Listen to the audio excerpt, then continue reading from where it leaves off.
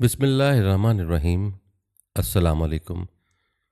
नाज़रीन, आज की वीडियो में हम जिस अज़ीम शख्सियत का तज़किरा करने जा रहे हैं वो अज़ीम शख्सियत है अब्दुल्ला शाह गाज़ी रहमुल्लाह की, जिनको इस्लामी तारीख़ में सिंध की सरज़मीन पर रूहानी बसीरत का अमीन तस्वुर किया जाता है।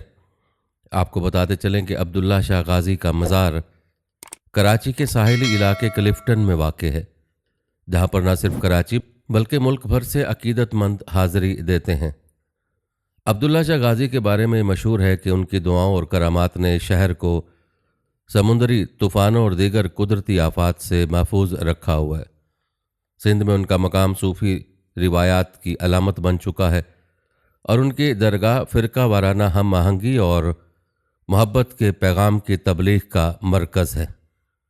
उनकी ज़ात सिंध की सूफियाना तारीख़ और लोगों की ज़िंदगियों में अमन और मोहब्बत के असरात का एक पायदार मज़हर है। हज़रत अब्दुल्ला शाह गाज़ी रहमुल्लाह की करामात क्या हैं? आपका ताल्लुक़ किस अजीम ख़ानदान से है? आपकी शहादत का वाक़या क्या है? और समुंदर तूफ़ानों को रोकने के बारे में लोगों का क्या अकीदा है? तमाम तर तफसीलात आज की वीडियो में शामिल की जाएंगी, लिहाजा वीडियो को स्किप किए बगैर आखिर तक लाजमी देखिएगा। नाज़रीन, आपको बताते चलें कि हज़रत अब्दुल्ला शाह गाज़ी 98 हिजरी में हज़रत मोहम्मद नफ्स ज़किया के घर मदीना मुनव्वरा में पैदा हुए। रिवायत के मुताबिक आपका सिलसिला नसब 5वीं पुश्त में हज़रत अली करमुल्लाह वजहुल करीम से जा मिलता है और आप हसनी हुसैनी सादात में से हैं। आपका शजर नसब हसन रज़ी अल्लाह तआला अन्हु की निस्बत से यूँ मनकूल है, अबू मोहम्मद अब्दुल्ला अल अश्तर बिन सैयद मोहम्मद नफ्स ज़किया बिन सैयद मोहम्मद अब्दुल्ला बिन सैयदना इमाम हसन मसना बिन सैयदना इमाम हसन बिन सैयदना अली मुर्तज़ा करमुल्लाह वजहुल करीम और माँ की जानिब से हुसैनी है। हज़रत सैयदा फ़ातिमा सुगरा बिनते हज़रत इमाम हुसैन रज़ी अल्लाह तआला अन्हु का निकाह हज़रत इमाम हसन मसना से हुआ था। रिवायत बताती कि आप हज़रत इमाम मूसा काजिम से उम्र में 3 साल बड़े और इमाम जाफ़र सादिक से उम्र में 15 साल छोटे थे। तलवार चलाने और ऊँट सवारी में आपका सानी नहीं था, इसलिए आपको अल अश्तर यानी अच्छा ऊँट चलाने वाला कहा गया, जो कि आपके नाम का जुज़्व बन गया। रिवायत के मुताबिक आपकी तालीम और तरबियत आपके वालिद के ज़ेर साया हुई। आप इल्म हदीस में महारत रखते थे, इसलिए आपको मुहद्दिसीन में भी शुमार किया जाता है। आप में इल्म के ऐसे जौहर मौजूद थे कि आप इल्म की ताबानियों से अर्श तफर्श बुकाए नूर थे। आपका ताबी होना भी मुमकिनात में से है, चूँकि बाज़ रिवायत के मुताबिक आपके ज़माने में कई सहाबा कराम रुए ज़मीन पर मौजूद अपने इल्म के नूर बिखेर रहे थे। रिवायत बताते हैं कि आपकी पैदाइश का ज़माना बनु उमैया की हुकूमत का आखिरी दौर था। बनु उमैया का 92 साला हुकूमत ज़वाल पजीर थी। 92 साला दौर हुकूमत सादात पर जुल्म व जबर और बर्बरियत का सख्त दौर था। उमवी हुक्मरान अहले बैत तहार को अपनी हुक्मरानी के लिए हमेशा ख़तरा समझते थे। हज़ारों सादात शहीद किए गए, हज़ारों जिला वतन, हज़ारों ने अपने आला नसब को छुपाकर गुमनामी की ज़िंदगी गुजारी। अलगर्ज बनु उमैया की हुकूमत के ख़ात्मे के बाद 132 हिजरी में अब्दुल्ला बिन मोहम्मद सफ़ा पहला अब्बासी हुक्मरान बना और बगदाद अब्बासियों का दारुल सल्तनत बना। अब्दुल्ला बिन मोहम्मद सफ़ा के इंतकाल के बाद उसका भाई अबू जाफ़र अब्दुल्ला अलमारूफ अबू जाफ़र मंसूर मसनद इक़्तिदार पर बैठा। याद रहे कि मंसूर ने अपनी हुकूमत जमाने और लोगों के दिलों में अपनी हैबत बिठाने के लिए वो मजालिम किए जो तारीख़ की खूनी औराक में किसी से कम नहीं। मंसूर ने खसूसियत के साथ सादात पर जो मजालिम ढाए वो सलातीन अब्बासिया की पेशानी का बहुत बड़ा बदनुमा दाग है। रिवायत के मुताबिक 138 हिजरी में हज़रत अब्दुल्ला शाह गाज़ी के वालिद हज़रत मोहम्मद नफ्स ज़किया ने निज़ाम रिसालत व खिलाफत राशिदा की बहाली के लिए तहरीक का आगाज़ किया, जिसे तारीख़ में अलवी तहरीक के नाम से जाना जाता है। हज़रत मोहम्मद नफ्स ज़किया तकवा परहेज़गारी के लिहाज से नहायत मुमताज़ बुज़ुर्ग शुमार होते थे। हिजाज मुक़द्दस व इराक़ में हज़ारों अक़ीदतमंद उनकी आवाज़ पर लब्बैक किए हुए थे। उसके अलावा हज़रत इमाम मालिक रहमुल्लाह अलैह ने भी आपकी हिमायत में फतवा जारी किया था। आपके वालिद 14 रमज़ान मुबारक 145 हिजरी में मदीना मुनव्वरा के शुमाल में जबल सलाह के करीब अब्बासी फ़ौज का मुकाबला करते हुए शहीद हुए। रिवायत बताती है कि नफ्स ज़किया बहुत शुजा थे, फ़न हर्ब के माहिर, कवि और ताकतवर थे। उन्होंने खुद एक बड़ी फ़ौज से मुकाबला किया था, लेकिन हज़रत मोहम्मद नफ्स ज़किया ने अपने बेटे अब्दुल्ला अल अश्तर को सिंध और भाई हज़रत सैयद इब्राहिम को बसरा की जानिब रवाना कर दिया था। नाज़रीन, आपको बताते चलें कि तारीख़ी रिवायत के मुताबिक हज़रत अब्दुल्ला शाह गाज़ी सिंध में दाखिल होने वाले पहले सादात बुज़ुर्ग व मुबल्लिग थे। अलबत्ता इस पर बाज़ मौर्रखीन में इख्तलाफ पाया जाता है। कहते बसरा में सैयद इब्राहिम के हाथ पर हज़ारों लोगों ने बैत की। बसरा में क़याम के दौरान सैयद इब्राहिम ने बड़ी क़ुव्वत हासिल कर ली और आप बसरा से कूफा मुंतकिल हो गए। कूफा में 1 लाख अफराद आपके झंडे तले जमा हो गए थे। बड़े बड़े उलमा फ़िक़हा ने उनका साथ दिया। रिवायत के मुताबिक हज़रत सैयद इब्राहिम को भी मंसूर के मुकाबले में शिकस्त हुई और सैयद इब्राहिम शहीद कर दिए गए। मंसूर ने जंग से फारिग होकर उन लोगों की खबर ली जिन्होंने उनके खिलाफ खुरूज में किसी भी तरह का ताउन किया था। उनके साथ सख्ती से पेश आया। कई अफराद को कत्ल और कई को कैदोबंद की सज़ाएँ और कई को कोड़े मारे, जिनमें इमाम आज़म अबू हनीफ़ा, नुमान बिन साबित भी शामिल थे। बादशाह अबू जाफ़र मंसूर ने इमाम आज़म को कैद में जहर देकर शहीद करवा दिया था। जहाँ तक बात है हज़रत अब्दुल्ला शाह गाज़ी की, तो आप कूफा से होते हुए सिंध में एक ताजिर की हैसियत से पहुँच चुके थे। रिवायात बताते हैं कि उस वक्त सिंध में गवर्नर उमर बिन हफ्स था, जो सादात से बड़ी अकीदत रखता था। अगरचे आपके वालिद ने आपको खिलाफत अलवी के नकीब के तौर पर सिंध भेजा था, मगर आपने अपनी ज़्यादा तवज्जो तबलीग इस्लाम की जानिब मरकूज़ रखी। मगर एक दिन मौका पाकर आपके एक साथी ने गवर्नर सिंध उमर बिन हफ्स को सादात की हुकूमत के क़याम में मदद की दावत दी, जिसे गवर्नर ने फ़ौरन कबूल कर लिया। कुछ दिनों बाद बगदाद से एक ताजिर बहरी जहाज़ के ज़रिए सिंध पहुंचा, जो अपने हमरा गवर्नर की बीवी का ख़त गवर्नर के लिए लाया था, जिसमें उसकी बीवी ने लिखा कि सैयद मोहम्मद नफ्स ज़किया और उनके भाई सैयद इब्राहिम अब्बासियों के हाथों शहीद हो गए हैं। गवर्नर वो ख़त हज़रत अब्दुल्ला शाह अश्तर के पास लेकर गया और उनसे उनके वालिद और चचा की शहादत पर ताज़ियत और अफसोस का इज़हार किया। ख़त व हालात सुनकर आप गमगीन हुए, तो इस मौका पर उमर बिन हफ्स ने आपको हौसला देते हुए कहा कि आप रंजीदा ना हो, मैं आपको यहाँ के एक हिंदू राजा के पास भेज देता हूँ, जो अगरचे अपने हिंदू नज़रिए पर कायम है, मगर रसूलुल्लाह सल्लल्लाहु अलैहि वसल्लम और उनकी आल का बेहद एहतराम करता है और वह आपको बड़े एहतराम से रखेगा और वह ख़ुद मुख्तार है, इसलिए हुक्मरान उसे किसी बात पर मजबूर नहीं करेंगे। अलगर्ज अब्दुल्ला शाह गाज़ी ने गवर्नर सिंध की मदद से साहिली रियासत जाने का फ़ैसला किया। रिवायत बताती हैं कि राजा ने आपको खुशामदीद कहा और इंतहाई इज़्ज़त व एहतराम के साथ पेश आया और आपके मिशन में शरीक सफ़र हो गया।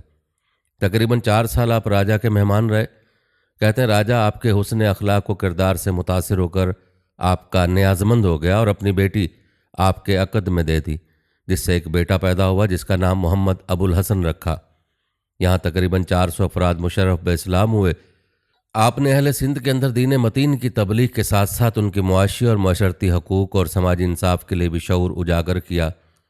मौर्रखीन का मानना है कि अब्दुल्ला शाह गाज़ी रहमतुल्लाह अलैह का सिंध और ख़ास तौर पर कराची की ज़िंदगियों पर गहरा और देर पास समाजी और सकाफ़ती असर रहा है। उनकी शख्सियत और करामात के असर ने उन इलाकों की रूहानी फ़िज़ा को मुनफरिद बनाया और उनकी दरगाह मुख्तलिफ़ तबकों के लोगों के लिए अक़ीदत का मरकज़ बन गई। मौर्रखीन के मुताबिक सिंध और कराची के अवाम में अब्दुल्ला शाह गाज़ी के ताल्लुक़ को मजबूत बनाने में उनकी दरगाह ने अहम किरदार अदा किया है, जो न सिर्फ रूहानी सुकून का ज़रिया है बल्कि सकाफ़ती तनव्वुर का मज़हर भी है।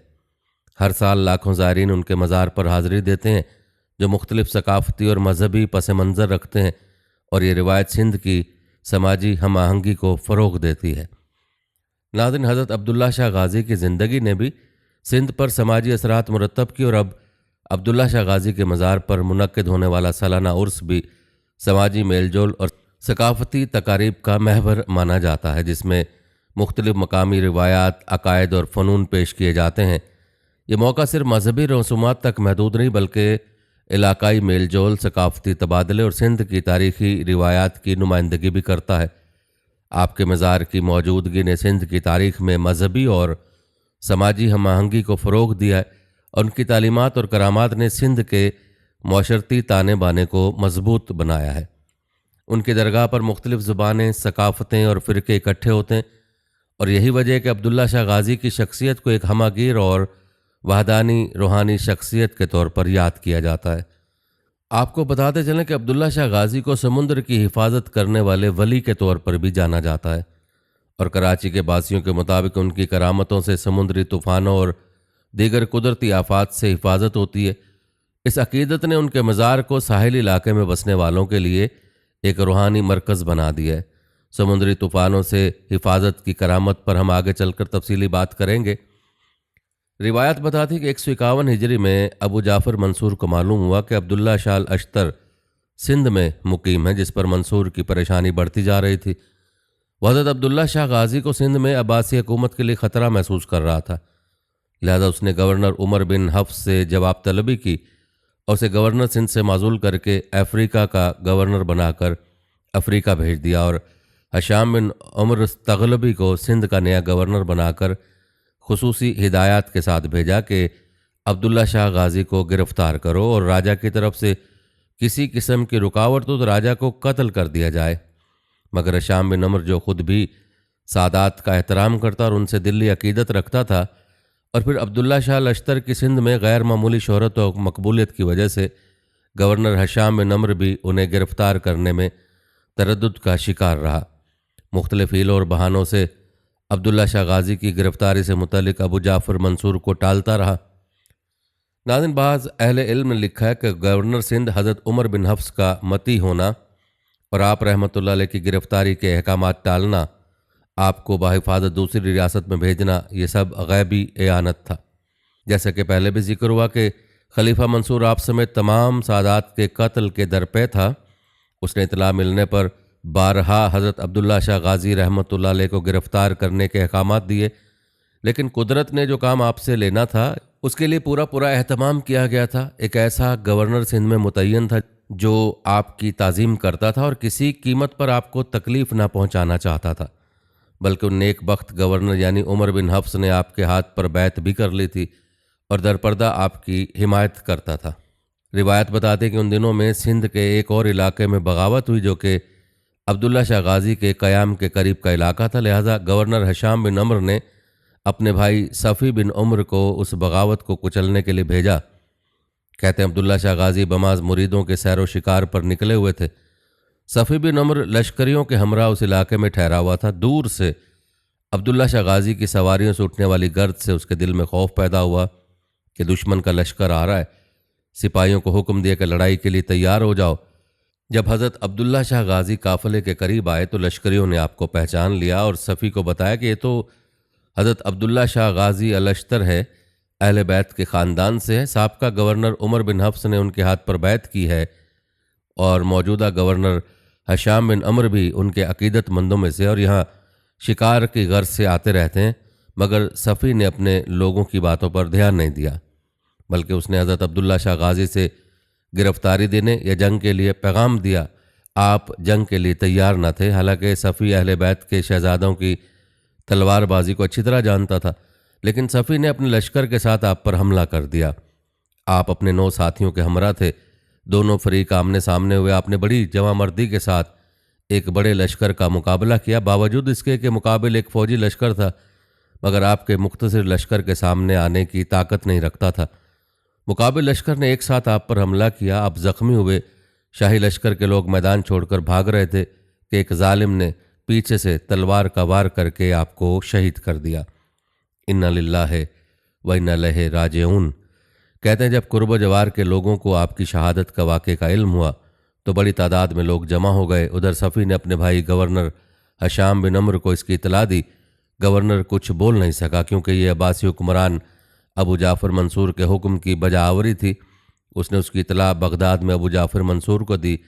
उधर आपके मुरीद आपके जस्द मुबारक को छुपा कर दूर एक ऊंची पहाड़ी पर ले गए। उसी पहाड़ी पर आपको सुपुर्द खाक किया गया। कहा जाता है कि पहाड़ी कराची के क्लिफ्टन की पहाड़ी है। उस वक्त एक मछेरों की छोटी सी बस्ती हुआ करती थी। कई कई मील कोई आबादी नहीं थी। बहरी आमदोरफ्त भी उस वक्त सिर्फ दैबल यानी मौजूदा बिन कासिम पोर्ट पर हुआ करती थी। एक रिवायत ये भी है कि आपके सर मुबारक को तन से जुदा करके बगदाद अबू जाफ़र मंसूर के दरबार में भेजा गया। फिर बगदाद से मदीना मुनव्वरा में जन्नतुल बकी में दफन किया गया। कहते हैं आपकी शहादत के बाद अबू जाफ़र मंसूर को एक खदशा था कि लोग आपके साहबजादे मोहम्मद अबुल हसन को आपका जानशीन न बना लें, जो आपके ससुर राजा साहब के पास अपनी वालिदा साहिबा के हमरा मुकीम था। लिहाजा हिशाम बिन अमर ने 151 हिजरी में ही राजा साहब की रियासत पर हमला कर दिया। खून रेज मारका राई में राजा को कत्ल और रियासत पर कब्जा कर लिया गया। आपकी अहलिया मोहतरमा और बेटे को पहले बगदाद फिर मदीना मुनव्वरा भिजवा दिया गया। जहाँ तक हज़रत अब्दुल्ला शाह गाज़ी के मज़ार का जिक्र है तो कहते हैं कि तवील अरसे तक मुरीद आपकी कब्र मुबारक के करीब ही रहते थे, जिसे मुरीदों ने लकड़ियों और पत्थरों से बनाया हुआ था, क्योंकि मुरीदैन को ये डर था कि कहीं अब्बासी यानी सरकारी अहलकार जिसमें अतहर को कब्र से निकाल कर बगदाद न ले जाएं या नामालूम मकाम पर मुंतकिल न कर दें। रिवायत बताते हैं कि हज़रत अब्दुल्ला शाह गाज़ी रहमतुल्लाह अलैह के मुरीदों ने पहाड़ी चोटी को अपना मस्कन बनाया और इसी पहाड़ी पर सुकूनत पजीर हो गए। भूख और प्यास के आलम में आपके मुरीदैन इंतहाई परेशान थे। दूर दूर तक मीठे पानी का कोई बंदोबस्त नहीं था। ऐसे में हज़रत अब्दुल्ला शाह गाज़ी रहमतुल्लाह अलैह के एक मुरीद को ख्वाब में बशारत हुई कि अल्लाह पाक ने तुम्हारी मुश्किल हल फरमा दी है और तुम्हारे लिए पहाड़ी से पीने के लिए पानी का चश्मा जारी कर दिया है। मुरीदैन जब फजर की नमाज के बाद पहाड़ी से नीचे उतरे तो नीचे पानी का एक चश्मा उबल रहा था। मुरीदैन ने सैर होकर खारे पानी के दरमियान उबलने वाले मीठे चश्मे से सैर होकर पानी पिया और बहुत अरसे तक उसी चोटी पर मुकीम रहे। फिर उन्हीं मुरीदैन और ज़ायरीन ने उसी टीले पर अब्दुल्ला शाह गाज़ी रहमतुल्लाह अलैह का मज़ार तामीर करवाया। रिवायत के मुताबिक ज़िलहज 151 हिजरी में आप रहमुल्लाह की शहादत हुई और कराची के साहिली इलाके क्लिफ्टन में आप रहमुल्लाह का मज़ार आज भी मौजूद है। अल्लाह ताला से दुआ है कि अल्लाह ताला आप रहमतुल्लाह अलैह की कब्र मुबारक को मुनव्वर फरमाए। आमीन या रब्बुल आलमीन। नाज़रीन, बात करते हैं उन लोगों की जिनका मानना है कि अब्दुल्ला शाह गाज़ी ने कराची की जानिब आने वाले समुद्री तूफ़ान को थाम रखा है। मौर्रिख और शहरी मनसूबाबंदी के माहिर आरिफ हसन के मुताबिक कराची वालों के लिए अब्दुल्ला शाह गाज़ी पीर की हैसियत रखते हैं, जिन्हें शहर का पैटर्न सेंट कहा जाता है। आपको बताते चलें कि अब्दुल्ला शाह गाज़ी के मुरीदों और कराची के मकामी लोगों में एक रिवायत नस्ल दर नस्ल चली आ रही है। उनके मुरीद इस बात पर मुकम्मल यकीन रखते हैं कि बुज़ुर्ग के तहफ़्फ़ुज़ में होने की वजह से इस शहर को कोई नुकसान नहीं पहुँचता। उन लोगों के मुताबिक अल्लाह के वली बंदे अब्दुल्ला शाह गाज़ी की कराची आमद से पहले कराची बहुत तूफ़ानों की जद में रहता था और उनकी दुआओं के तोफ़ैल से शहर कराची आज तक समुद्री तूफ़ानों और हर किस्म के समुद्री बुलाओं से बचा हुआ है। कराची में शदीद तूफ़ान की कई पेश गोइयाँ हुई, मगर कोई भी तूफ़ान साहिल से टकराने से पहले ही मर गया। किसी ने अपना रुख तब्दील कर लिया, किसी की शिद्दत कराची से टकराने से पहले इतनी कम हो गई कि कराची महफूज ही रहा। इस हवाले से एक हिकायत यूँ बयान की जाती है कि कहते सन 760 का एक दिन था जब समुद्र किनारे मछेरों की एक छोटी सी बस्ती में हर तरफ अफरा तफरी का आलम था। खौफ व दहशत के मारे लोगों के चेहरे पर हवाइयाँ उड़ती दिखाई दे रही थीं। कुछ लोग अपनी कश्तियों को बांधने और शिकार की गई मछलियों को महफूज करने की कोशिश में मसरूफ़ थे। कुछ सहमे हुए लोग अपने अपने झोंपड़ों में अपने सामान की हिफाजत में मसरूफ़ थे। उनकी नज़रें बार बार कभी सामान इकट्ठा करने पर और कभी दूर समुद्र के ऊपर उठते हुए गहरे और खौफनाक काले बादलों की तरफ जाती थीं। गो के उन मछेरों ने तमाम उम्र इन्हीं समुद्रों में मछलियां पकड़ते और कश्तियां चलाते गुजार दी थी, मगर उन्होंने कभी हवा और समुद्र का मिजाज इतना ख़राब नहीं देखा था जितना आज नज़र आ रहा था। आसमान का रंग बता रहा था कि अगर ये तूफ़ान साहिल से टकरा गया तो ये पूरी बस्ती तहस नहस हो सकती है। रिवायत है कि तूफ़ान के आसार देखते हुए कुछ बुज़ुर्ग मछेरे मिलकर अब्दुल्ला शाह गाज़ी के मज़ार पर पहुँचे और अल्लाह के उसने एक बुज़ुर्ग की कब्र पर हाज़िरी देकर अल्लाह से दुआ की कि तूफ़ान ख़त्म हो जाए। एक रिवायत ये भी है कि बुज़ुर्ग उस वक्त हयात थे, कुछ दिनों के लिए यहीं ठहर गए थे। मछेरों ने जब उन बुज़ुर्ग से दुआ की दरख्वास्त की तो अपनी झोंपड़ी से बाहर आए, पहाड़ी पर चढ़कर आसमान की तरफ हाथ उठाकर दुआ की, या अल्लाह इस तूफ़ान को ख़त्म फरमा दे, और समुद्र की तरफ रुख किया। आलम जलाल से समुद्र की लहरों को देखा, हाथ से समुद्र की तरफ इशारा किया और गरजदार आवाज़ में फरमाया, बस वहीं रुक जाओ। दूसरी रिवायत के मुताबिक मछेरों की दुआ के बाद एक गैबी आवाज़ आई थी। बहरहाल उन अल्फाज का सुनना था कि समुद्र गोया ठहर सा गया, हवा के मुंह और घोड़े को जैसे लगाम लग गई और फिर लोगों ने देखा कि कुछ ही देर में बादल छट गए और तूफान ख़त्म हो गया। लोग हंसी खुशी अपने घरों की जानिब रवाना हो गए। नाज़रीन, आपको बताते चलें कि अब्दुल्ला शाह गाज़ी की दुआओं से तूफ़ान ठहर जाते हैं। ये रिवायत किसी मशहूर मुस्तनद किताब में तो मौजूद नहीं, अलबत्ता अब्दुल्ला शाह गाज़ी के अकीदतमंदों और कराची के मकामी लोगों में ये रिवायत नस्ल दर नस्ल चली आ रही है। अल्लाह के वली बंदे अब्दुल्ला शाह गाज़ी के कराची आमद से पहले कराची बहुत तूफ़ानों की जद में रहता था और उनकी दुआओं के तुफ़ैल से शहर कराची आज तक समुद्री तूफ़ान और हर किस्म की समुद्री बला से बचा हुआ है। आइए आपको कराची में समुद्री तूफ़ानों की मुख्तसर तारीख बताते हैं, जिसको लोग अपने उस अकीदे के जवाज़ में बयान करते हैं।